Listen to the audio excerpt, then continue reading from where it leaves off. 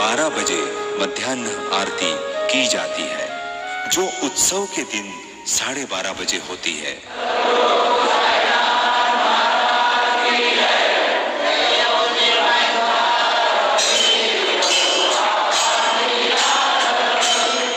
एक बार बाबा के भक्त श्रीमान नाना साहेब चांदोरकर एक भयानक आपत्ति में फंस गए थे।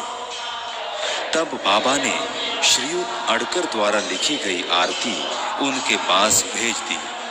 उस आरती का अंतःकरण से प्रयोग करने के पश्चात नाना साहेब की सारी परेशानियों का विनाश हो गया।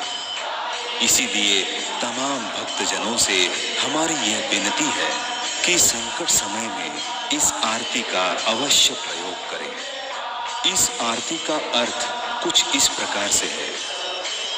साईं बाबा, मैं आपके चरणों का दास हूँ और तहे दिल से आपकी आरती कर रहा हूँ। कृपया स्वीकार कीजिए। आप सारे प्राणी मात्र के रक्षण करता है। इस बालक को भी अपने पैरों तले आश्रय दीजिए। आपकी कीर्ति 10 दिशाओं में फैली हुई है। आप काम वासनाओं से परे हैं और सदा ईश्वर के नाम स्मरण में व्यस्त रहते हैं। आप अपने भक्तों को उनके कर्मों के अनुसार अनुभव प्रदान करते हैं। मोक्ष प्राप्ति की आस रखने वालों को आप भगवान श्री कृष्ण के रूप में दर्शन देते हैं। आपकी लीला अपरंपार है। आप कब किसका उद्धार करें ये कोई नहीं बता सकता, लेकिन एक बात तो तय है कि मन की गहराई से आपका स्मरण करने के बाद सारे दुखों का निवारण अवश्य हो जाता है। आपका कार्य अमर्याद है। बेसहारों को मार्ग दिखाकर आप उनका कल्याण करते हैं। इस कलयुग में भी आप निराकार रहकर साक्षात दत्त दिगंबर के रूप में दर्शन देते हैं। जब संसार की परेशानियों से पीड़ित लोग हर गुरुवार आपकी चौखट पर आते हैं तो आप उन्हें भय चिंता से मुक्ति दिलाते हैं। हे दया के सागर, मुझे भी आपकी सेवा करने की आस लगी है। ये मेरी आपसे विनती है कि मुझे अपने पैरों के पास जगह दीजिए। जिस तरह चातक पक्षी बादलों से बरसता पानी आसमां में ही पी लेता है, ठीक उसी तरह आप मेरे सारे संकटों का निवारण करके मेरे शरीर को पवित्र कीजिए और दिए हुए वचन के अनुसार मेरे लिए मोक्ष प्राप्ति का द्वार खोल दीजिए। इसी प्रार्थना के साथ मैं आपकी आरती कर रहा हूं। आरती के पश्चात भक्तजन बाबा के दर्शन के लिए कतार में आगे बढ़ने लगते हैं। मग जो गाई वाडे कोडे, माझे चरित्र माझे पवाडे, तयाची आम्ही मागे पुढे, चोहीकडे उभाची, कोणीही केल्या माझे कीर्तन, तयासी देईन आनंद घन, नित्य सौख्य समाधान, सत्य वचन मानावे। कृतांताच्या दाढेतून काढीन मी निज भक्ता ओढून, करिता केवळ मतकथा श्रवण रोग निरसन होईल। कथा करा सादर श्रवण, त्यापरी करा पूर्ण मनन, मननावरी निधी दयासन, समाधान पावाल। शाम को धूप आरती की जाती है। धूप आरती का वक्त अलग अलग ऋतु में सूर्यास्त के बदलते समय के अनुसार तय किया जाता है। सदा कल्प वृक्षस्य तस्यादि मूले भवद्भाव बुद्ध्यास परयादि सेवा नृणां कुर्वतां भुक्ति मुक्ति प्रदन्तं नमामीश्वरं सद्गुरुं साईनाथं।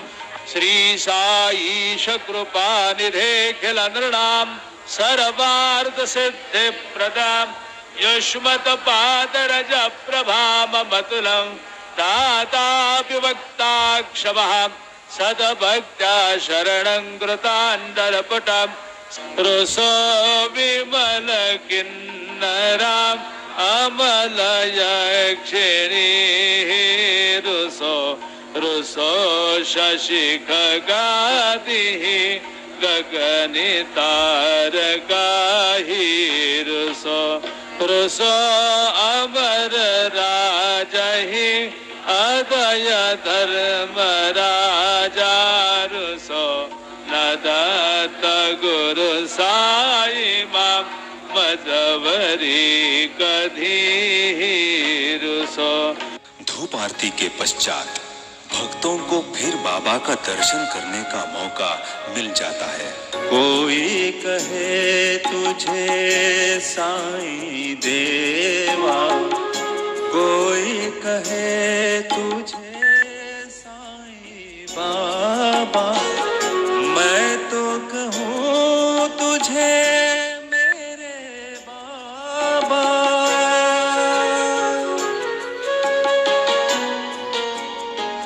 रात 8:30 से 9:30 तक भजन कीर्तन प्रवचन इत्यादि कार्यक्रम होते रहते हैं।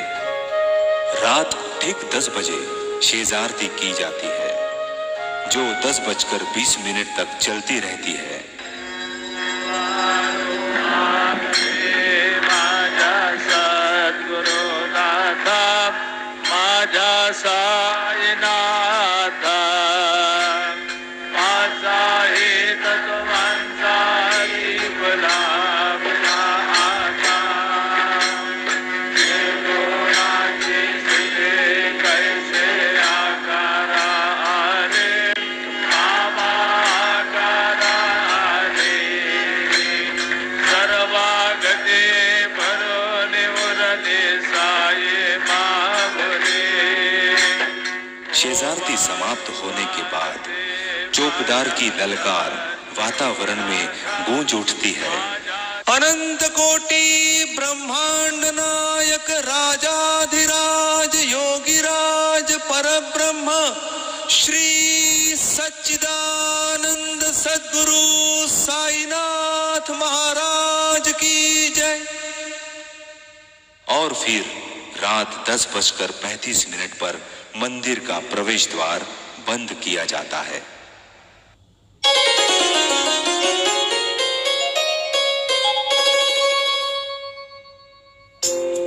गुरुवार का दिन यानी श्री साईं बाबा का दिन 10 दिसंबर 1909 से चावड़ी में श्री साईं की आरती और पूजा होने लगी और तब से लेकर आज तक ये रिवाज चलता आ रहा है।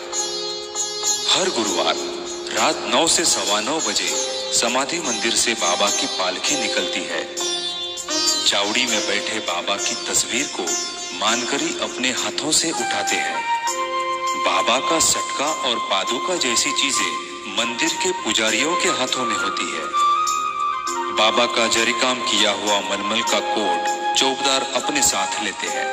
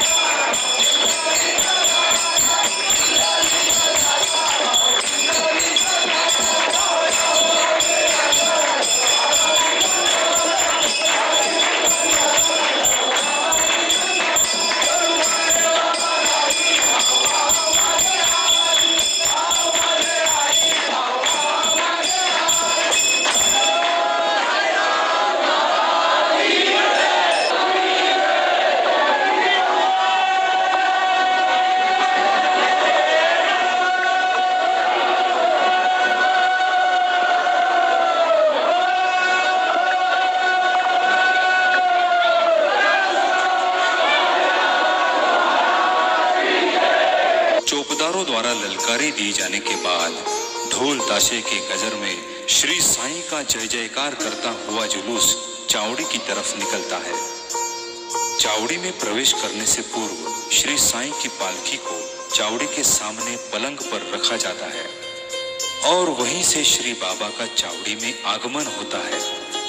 फिर आरती और भजन गाए जाते हैं। आरती के समय ही बाबा मानकरियों से 3 बार चिलिम के कश लेते हैं। आरती के पश्चात पालकी चावड़ी से निकलकर द्वारका माई के रास्ते समाधि मंदिर में आती है। वहां पहुंचने के बाद श्री बाबा की पादुकाएं और सटका अलमारी में रखे जाते हैं। धुत वस्त्र परिधान की हुई बाबा की तस्वीर श्री साईं के चरणों के समीप रखी जाती है और रात के 10 बजे रोज की तरह शेजारती होकर गुरुवार की पालकी का समापन हो जाता है। ऐसे मी कोण ते समजून करावे माझे यथार्थ पूजन, वरी भावे अनन्य शरण जावे समरसून मज माझी।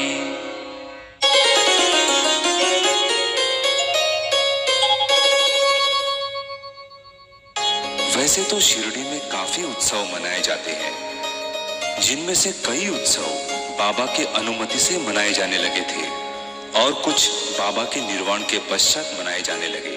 इनमें से 3 महत्वपूर्ण उत्सव है राम नवमी, गुरु पूर्णिमा और दशहरा। शके 1833 सन 1911 से शिरडी में रामनवमी का उत्सव मनाया जाने लगा। दिवंगत सज्जन श्रीमान कृष्ण जागेश्वर भीष्म ने इस उत्सव की शुरुआत कराई। रामनवमी का उत्सव 3 दिन मनाया जाता है। उत्सव के पहले दिन श्री साईं सच्चरित्र की पोथी एवं बाबा के तस्वीर की पालकी लेकर समाधि मंदिर से जुलूस निकलता है और गुरुस्थान की ओर प्रस्थान करता है।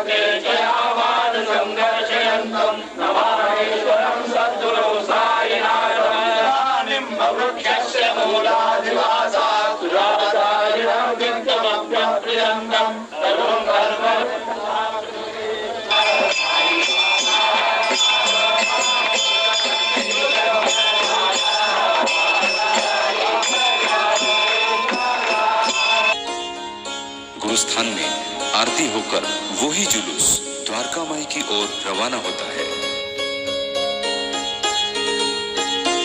द्वारका माई में आगमन होने के पश्चात पोथी और तस्वीर की आरती की जाती है।